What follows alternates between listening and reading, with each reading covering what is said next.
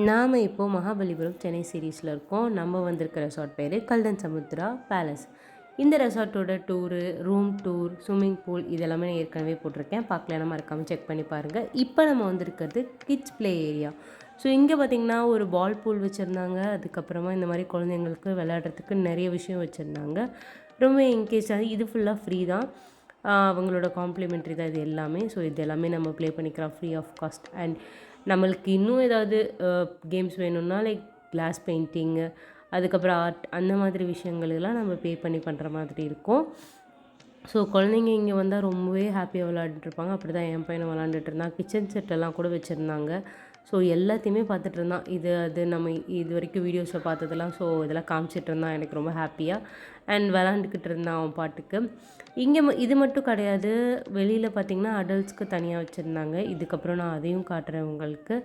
அதுக்கப்புறம் குழந்தைங்களுக்கு சின்ன பேஸ்கெட் பாலும் வச்சுருந்தாங்க. பேஸ்கெட் பால் விளாட்ற மாதிரி ஒரு சின்ன போஸ்ட் வச்சுருந்தாங்க. அதுலேயே விளாட்லாம்.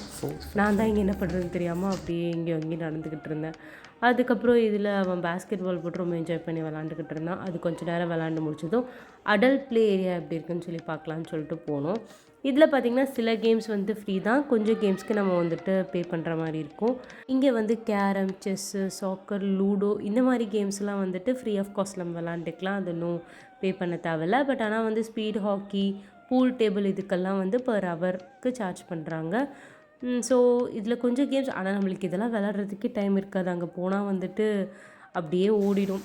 ஸோ நைட்டு நம்ம பூலில் குளிக்கலாம் அப்படின்னு சொல்லிட்டு ஒரு 7 o'clock அந்த மாதிரி பூலில் குளிக்கலான்னு சொல்லிட்டு போனோம்.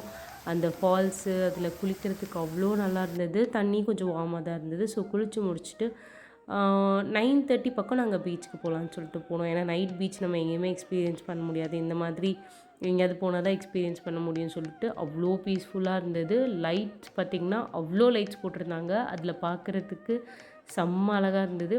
அண்ட் 3 பார்த்திங்கன்னா அந்த லைட்டிங்ஸில் அவ்வளோ அழகாக தெரிஞ்சது. ஸோ இந்த மாதிரி தான் இருந்தது. பாருங்களேன் எவ்வளோ அழகாக இருக்குல்ல. இதில் நம்ம நின்று ஃபோட்டோஸ் எடுத்தாலும் ரொம்ப நல்லா இருந்தது. உங்கள் கூட ஷேர் பண்ணுறேன். அண்ட் இதெல்லாம் முடிச்சுட்டு ரூமுக்கு தான் போயிட்டுருந்தோம். அப்போ அந்த பூல் பாருங்களேன் எவ்வளோ அழகாக இருக்குல்ல. நல்ல லாங்கான பூல் ஃபுல்லாக லைட்டிங்ஸ் போட்டு அவ்வளோ அமைதியாக ரொம்ப பீஸ்ஃபுல்லாக இருந்தது. ஸோ அந்த நைட் இப்படி தான் போச்சு. அதுக்கப்புறம் ரூமில் போய் படுத்து நல்லா தூங்கி எழுந்திரிச்சாச்சு. நாளைக்கு வேறு ஒரு பிளான் இருக்குது. வேறு ஒரு இடத்துக்கு போகிறோம். இங்கேருந்து அந்த ஹோட்டல் எப்படி இருந்தது, அந்த ரூம் எப்படி இருந்தது, இதெல்லாம் உங்களுக்கு கூட கண்டிப்பாக ஷேர் பண்ணுறேன். அதுக்கப்புறம் சென்னையில் எங்கெல்லாம் போகணுன்றதை அடுத்தடுத்த வ்ளாக்ஸில் போடுறேன்.